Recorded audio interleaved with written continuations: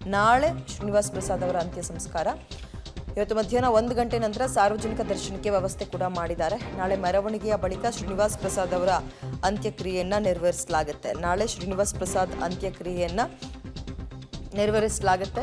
So ಈಗ ಮಧ್ಯಾಹ್ನದ ತನಕ ಈಗ ಆಲ್ರೆಡಿ ರಾಜಕೀಯ ಗಣ್ಯರು ಮತ್ತು ಅವರಿಗೆ ತೀರಾ ಅತ್ಯಾಪ್ತರು ಕುಟುಂಬಸ್ಥರೆಲ್ಲರಿಗೂ ಕೂಡ ಮನೆಯಲ್ಲೇ ಅವಕಾಶವನ್ನು ಮಾಡಿಕೊಟ್ಟಿದ್ದಾರೆ ಮಧ್ಯಾಹ್ನ 1 ಗಂಟೆ ತನಕ. ಅದಾದ ಮೇಲೆ NTM ಸ್ಕೂಲ್ನಲ್ಲಿ ಯಾಕಂದರೆ ಹೆಚ್ಚಿನ ಒಂದು ಫ್ಯಾನ್ ಫಾಲೋವರ್ಸ್ ಕೂಡ ಇವರಿಗೆ ಬೆಂಬಲಿಗರ ಸಂಖ್ಯೆ ಕೂಡ ಇತ್ತು ಶ್ರೀನಿವಾಸ್ ಪ್ರಸಾದ್ ಅವರಿಗೆ. ಅವರೆಲ್ಲರೂ ಕೂಡ ಬಯಸ್ತಾ ಇರ್ತಾರೆ ಕೊನೆಯದಾಗಿ ಕಣ್ ತುಂಬಿಕೊಳ್ಬೇಕು ಅಂತ. ಸೊ ಅವ್ರಿಗೂ ಕೂಡ ಅನುವು ಮಾಡಿಕೊಟ್ಟಿದ್ದಾರೆ ಮಧ್ಯಾಹ್ನದ ನಂತರ. 1 ಗಂಟೆ ತನಕ ಇಲ್ಲಿ ಮನೆಯಲ್ಲೇ ನಮ್ಮ ನಿವಾಸದಲ್ಲೇ ವೀಕ್ಷಣೆಗೆ ಇಟ್ಟು 1 ಗಂಟೆಯ ನಂತರ NTM ಸ್ಕೂಲ್ ಅಂತ ನಾನು ಏನು ಹೇಳಿದ್ನೋ ಆ ಸ್ಕೂಲ್ಗೆ ಅಂತಿಮ ನಮನಕ್ಕಾಗಿ ಅಲ್ಲಿ ಶಿಫ್ಟ್ ಮಾಡ್ತೀವಿ. ಮತ್ತು ನಾಳೆ ಅಂತ್ಯಕ್ರಿಯೆ ಮಾಡಬೇಕು ಅಂತ ನಿರ್ಧಾರ ಮಾಡಿರೋದು. ಇವತ್ತು ಪೂರ್ತಿ NTM ಸ್ಕೂಲ್ನಲ್ಲೇ ಇರಿಸಿ ರಾತ್ರಿ ಇಡೀ ವೀಕ್ಷಣೆಗೆ ಅಲ್ಲಿ ಇಟ್ಟಿರ್ತೀವಿ. ಅಂತಿಮ ನಮನಗಳನ್ನು ಎಲ್ಲರೂ ಬಂದು ಸಲ್ಲಿಸ್ಬೋದು. ಯಾಕಂದರೆ ಚಾಮರಾಜನಗರದಿಂದ ಬರೋರು ಕಾನ್ಸ್ಟಿಟ್ಯೂನ್ಸಿಯಿಂದ ಭಾಳಷ್ಟು ಜನ ಬರೋರಿದ್ದಾರೆ. ಇನ್ನೂ ಅವರ ಅನುಕೂಲಕ್ಕಾಗಿ ನಾವು ಅಲ್ಲಿ ಆ ಜಾಗನ ನಿರ್ಧಾರ ಮಾಡಿದ್ದೀವಿ, ಬಂದು ಅವರನ್ನು ಅಂತಿಮ ನಮನಗಳನ್ನು ಕೊಡಲಿ ಅಂತ.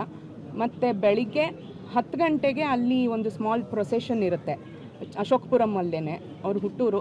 ಅದಕ್ಕೆ ಅಲ್ಲೇ ಒಂದು ಸ್ಮಾಲ್ ಪ್ರೊಸೆಷನ್ ಮಾಡಿ ನಂತರ ಅವ್ರದ್ದು ಒಂದು ಟ್ರಸ್ಟ್ ಏನಿದೆಯೋ doctor BR Ambedkar educational and cultural trust ಅನ್ನೋದು ಏನಿದೆಯೋ, ಈಗ ನಾವು ಮನೆಯವ್ರ ಜೊತೆ ಎಲ್ಲ ಕೂತು ಮಾತಾಡಿ ಒಂದು ನಿರ್ಧಾರ ಏನು ಮಾಡಿದ್ದೀವಿ ಅಂತ ಹೇಳಿದ್ರೆ 1 ಗಂಟೆ ತನಕ ಇಲ್ಲಿ ಮನೆಯಲ್ಲೇ ನಮ್ಮ ನಿವಾಸದಲ್ಲೇ ವೀಕ್ಷಣೆಗೆ ಇಟ್ಟು 1 ಗಂಟೆಯ ನಂತರ NTM ಸ್ಕೂಲ್ ಅಂತ ನಾನು ಏನು ಹೇಳಿದ್ನೋ ಆ ಸ್ಕೂಲ್ಗೆ ಅಂತಿಮ ನಮನಕ್ಕಾಗಿ ಅಲ್ಲಿ ಶಿಫ್ಟ್ ಮಾಡ್ತೀವಿ.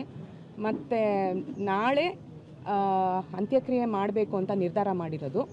ಇವತ್ತು ಪೂರ್ತಿ NTM ಸ್ಕೂಲ್ನಲ್ಲೇ ಇರಿಸಿ ರಾತ್ರಿ ಇಡೀ ವೀಕ್ಷಣೆಗೆ ಅಲ್ಲಿ ಇಟ್ಟಿರ್ತೀವಿ. ಅಂತಿಮ ನಮನಗಳನ್ನು ಎಲ್ಲರೂ ಬಂದು ಸಲ್ಲಿಸ್ಬೋದು. ಯಾಕಂದರೆ ಚಾಮರಾಜನಗರದಿಂದ ಬರೋರು ಕಾನ್ಸ್ಟಿಟ್ಯೂನ್ಸಿಯಿಂದ ಭಾಳಷ್ಟು ಜನ ಬರೋರಿದ್ದಾರೆ. ಇನ್ನೂ ಅವರ ಅನುಕೂಲಕ್ಕಾಗಿ ನಾವು ಅಲ್ಲಿ ಆ ಜಾಗನ ನಿರ್ಧಾರ ಮಾಡಿದ್ದೀವಿ, ಬಂದು ಅವರನ್ನು ಅಂತಿಮ ನಮನಗಳನ್ನು ಕೊಡಲಿ ಅಂತ. ಮತ್ತು ಬೆಳಿಗ್ಗೆ 10 ಗಂಟೆಗೆ ಅಲ್ಲಿ ಒಂದು ಸ್ಮಾಲ್ ಪ್ರೊಸೆಷನ್ ಇರುತ್ತೆ ಅಶೋಕಪುರಂ ಅಲ್ಲೇ, ಅವ್ರ ಹುಟ್ಟೂರು.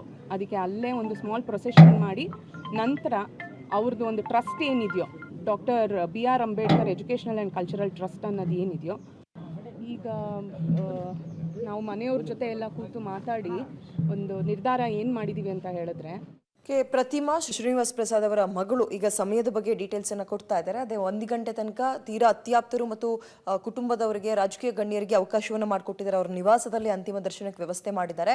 ಬಟ್ ಸಾರ್ವಜನಿಕ ದರ್ಶನಕ್ಕೆ ಮಧ್ಯಾಹ್ನದ ನಂತರ ಅವಕಾಶ ಮಾಡಿಕೊಡ್ತಾರೆ 1 ಗಂಟೆಯ ನಂತರ. ಹೆಚ್ಚಿನ ಡೀಟೇಲ್ಸ್ ನಮ್ಮ ಪ್ರತಿನಿಧಿ KP ನಾಗರಾಜ್ ನೀಡ್ತಾರೆ. KP ನಾಗರಾಜ್, ಇದೀಗ ಗಣ್ಯರೆಲ್ಲ ಆಗಮಿಸ್ತಾ ಇದ್ದಾರೆ ಶ್ರೀನಿವಾಸ್ ಪ್ರಸಾದ್ ಅವರ ನಿವಾಸಕ್ಕೆ. ಹೆಚ್ಚಿನ ಡೀಟೇಲ್ಸ್ ಏನು ಸಿಗ್ತಾ ಇದೆ? ಮಧ್ಯಾಹ್ನದ ನಂತರ ಸಾರ್ವಜನಿಕರ ದರ್ಶನಕ್ಕೆ ಅವಕಾಶ ಅಂದರೆ ಎಷ್ಟು ಗಂಟೆಯ ನಂತರ ಮುಂದಿನ ಪ್ರೊಸೆಸ್ ಹೇಗಿರುತ್ತೆ? ಇದ್ರ ಬಗ್ಗೆ ಡೀಟೇಲ್ಸ್ ಕೊಡೋದಾದ್ರೆ.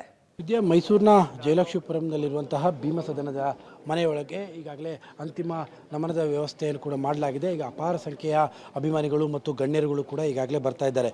ಈಗ ತಾರೆ ಕುಟುಂಬಸ್ಥರು ಅಧಿಕೃತವಾದಂಥ ಮಾಹಿತಿಗಳನ್ನು ಕೊಟ್ಟಿದ್ದಾರೆ. ಇವತ್ತು ಮಧ್ಯಾಹ್ನ 1 ಗಂಟೆವರೆಗೂ ಮೈಸೂರಿನ ಜಯಲಕ್ಷ್ಮೀಪುರಂನ ಈ ಒಂದು ನಿವಾಸದಲ್ಲಿನೇ ಅಂತಿಮ ನಮನಕ್ಕೆ ವ್ಯವಸ್ಥೆಗಳಿರ್ತವೆ. ಮಧ್ಯಾಹ್ನ 1 ಗಂಟೆಯ ನಂತರದಲ್ಲಿ ಮೈಸೂರಿನ ಅಶೋಕಪುರಂನಲ್ಲಿರುವಂಥ NTM ಶಾಲೆ ಎನ್ನುವಂಥದ್ದು ಶ್ರೀನಿವಾಸ್ ಪ್ರಸಾದ್ ಅವರು ಓದಿದ್ದಂತಹ ಶಾಲೆ ಮತ್ತು ಅದನ್ನು ಅವರು ತದನಂತರದಲ್ಲಿ ದತ್ತು ಕೂಡ ತೆಗೆದುಕೊಂಡಿದ್ದರು. ಹಾಗಾಗಿ ಆ ಶಾಲೆಯ ಆವರಣದಲ್ಲಿ ಮಧ್ಯಾಹ್ನ 1 ಗಂಟೆಯ ನಂತರದಲ್ಲಿ ಅಂತಿಮ ನಮನಕ್ಕೆ ವ್ಯವಸ್ಥೆಯನ್ನು ಕೂಡ ಮಾಡಲಾಗಿದೆ. ಇವತ್ತು ಮಧ್ಯಾಹ್ನ 1 ಗಂಟೆಯಿಂದ ನಾಳೆ ಬೆಳಗ್ಗೆ 9 ಗಂಟೆವರೆಗೂ ಕೂಡ ಅಲ್ಲಿ ಅಂತಿಮ ನಮನಕ್ಕೆ ವ್ಯವಸ್ಥೆಗಳಿರ್ತದೆ. ನಾಳೆ 10 ಗಂಟೆಗೆ ಮೈಸೂರಿನ ಅಶೋಕಪುರಂನ ಒಳಭಾಗ ಅಶೋಕಪುರಂ ಅನ್ನುವಂಥದ್ದು ಮೂಲತಃ ಶ್ರೀನಿವಾಸ್ ಪ್ರಸಾದ್ ಅವರು ಹುಟ್ಟಿ ಬೆಳೆದಂತಹ ಜಾಗ.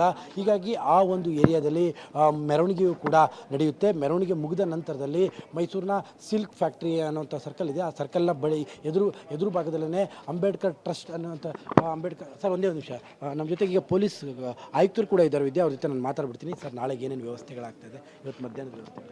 ಈಗ ತಮ್ಗೆ ಗೊತ್ತಿರೋ ರೀತಿಯಲ್ಲಿ ಅಂಬೇಡ್ಕರ್ ಪಾರ್ಕ್ ಅಶೋಕಪುರಂ ಅಪೋಸಿಟಲ್ಲಿ NTM ಶಾಲೆ ಏನಿದೋ ಆ ಗ್ರೌಂಡಲ್ಲಿ ಸರ್ವಜನ ಸಂದರ್ಶನಕ್ಕೋಸ್ಕರ ಜನ ಬಂದು ನೋಡ್ಕೊಳ್ಳೋಕ್ಕೋಸ್ಕರ ಅಲ್ಲಿ ಇಲ್ಲಿಂದ ಶಿಫ್ಟ್ ಮಾಡ್ತೀವಿ ಅಂತ ಹೇಳಿದರೆ ಅಲ್ಲಿ ಎಲ್ಲ ವ್ಯವಸ್ಥೆ ನಡೀತಾ ಇದೆ. ಅಲ್ಲಿ ಇನ್ನೊಂದು 1 ಅವರಲ್ಲಿ ಎಲ್ಲ ವ್ಯವಸ್ಥೆ ಆಗುತ್ತೆ.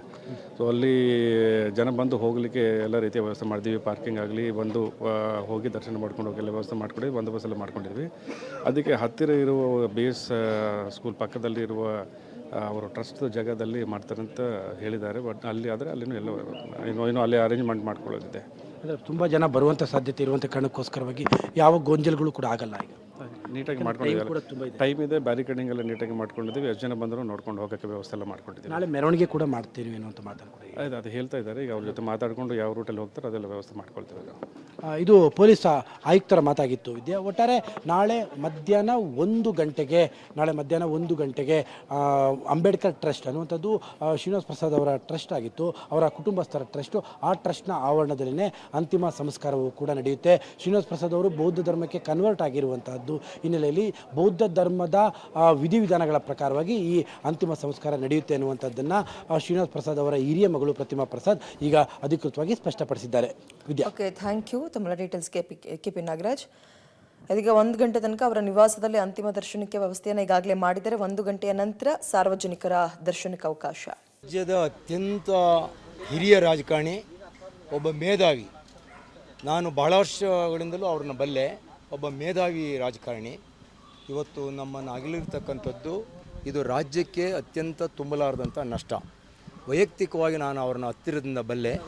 ಅಷ್ಟೊಂದು ಬುದ್ಧಿವಂತ ರಾಜನೇ, ನೇರ ನುಡಿಗೆ ಹೆಸರಾದಂಥವ್ರು. ನೇರ ನುಡಿಗೆ ಏನು ಹೇಳಬೇಕು ಅನ್ನೋದನ್ನ ಧೈರ್ಯವಾಗಿ ಹೇಳ್ತಕ್ಕಂಥ ಖ್ಯಾತಿ ಇದ್ದಂಥ ಒಬ್ಬ ಹಿರಿಯ ರಾಜಕಾರಣಿ.